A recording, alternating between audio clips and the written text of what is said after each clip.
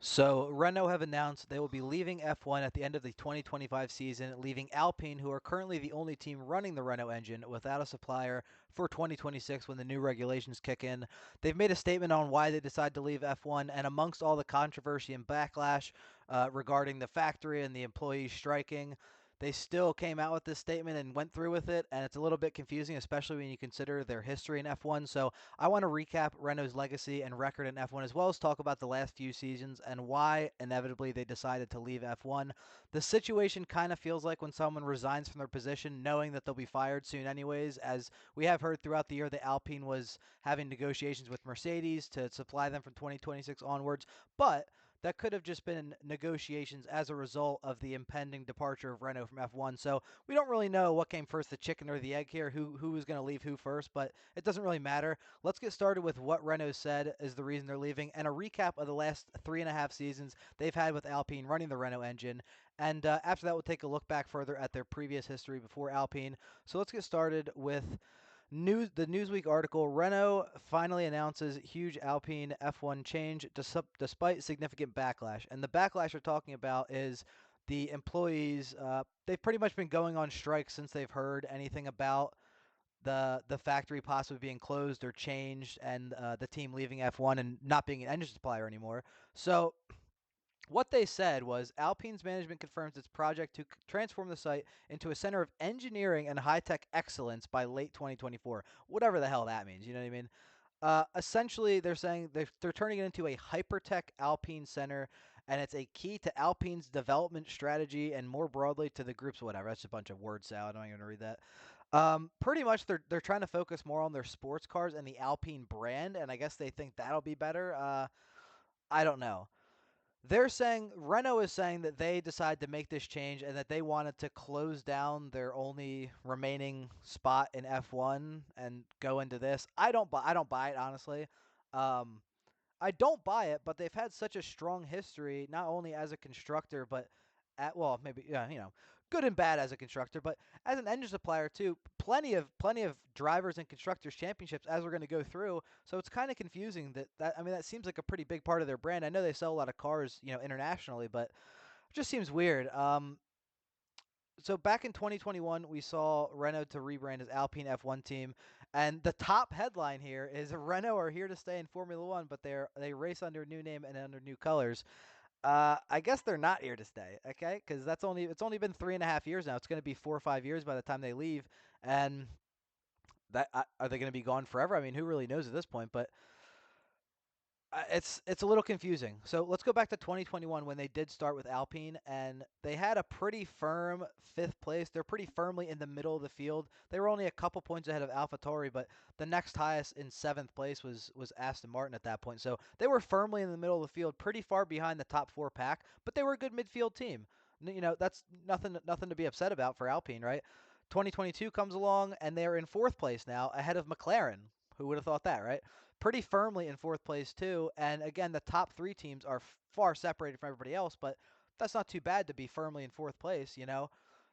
Next season, a little bit worse, a little bit worse. Now we're in sixth place. Now we're way behind the top five teams, but still very significantly above the bottom four teams. Because Jesus, man, I mean that's 120 points to 28 is pretty ridiculous, but not as ridiculous as like 120 to 860 for Red Bull. So obviously there's a big gap everywhere.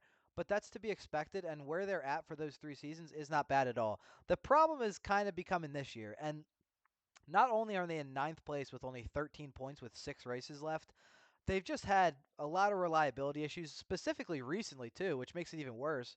Um, and they're just not good, man. They really haven't been good on. The car hasn't been towards the top of the end on any track this year. It really didn't feel like either of them have had a chance at all this year to do much.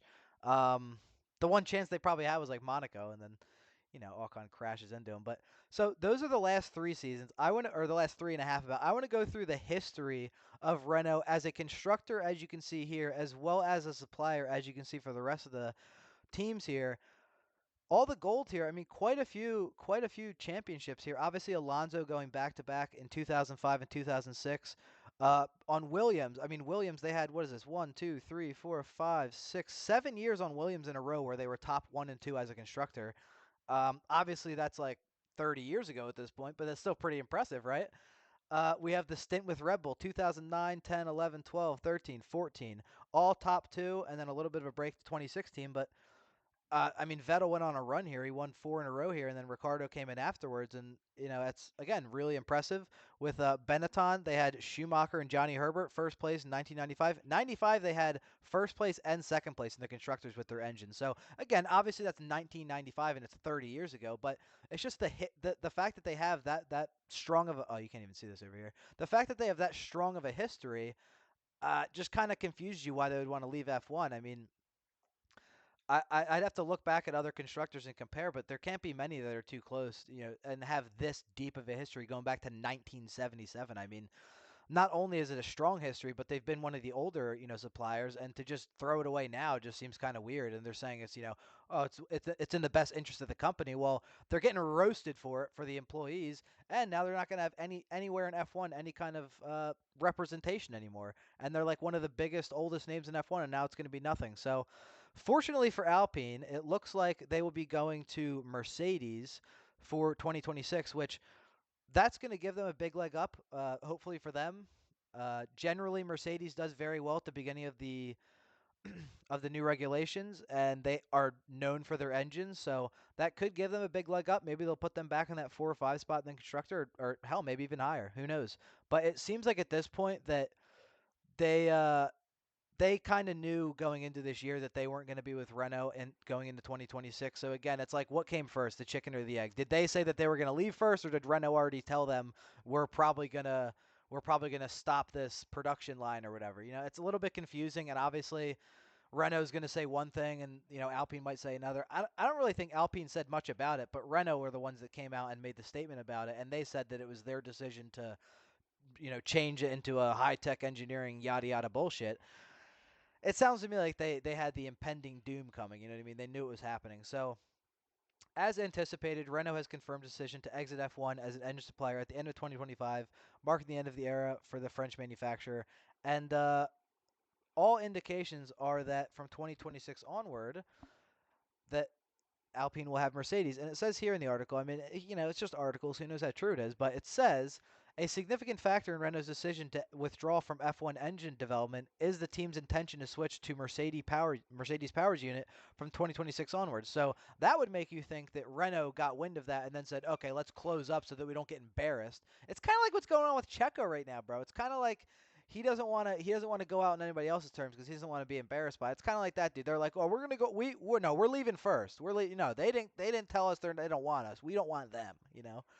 Uh, I don't really believe it, but other than this year, Alpine hasn't really had much of a reason to not be happy with their partnership. I mean, they've been doing relatively well. They've been towards the upper middle of the field, which, considering how tight the field is this year, is pretty impressive for those last years. But this year's been a shit show. So maybe they knew, maybe they saw the development just not going the way they wanted to, and just not being able to keep up with the other teams anymore.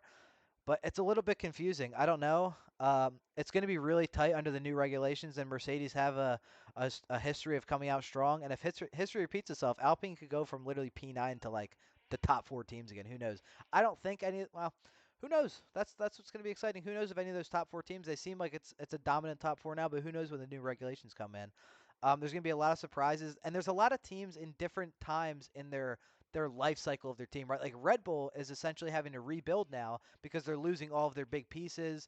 They're changing as well. So some teams are rebuilding, and there's other teams like McLaren who are now finally just coming into their own and finally having that success that they've been, planning and working towards for all these years. So there's a lot of possibilities under the new regulations, and Alpine have made the move that they think are going to give them the best chance for success.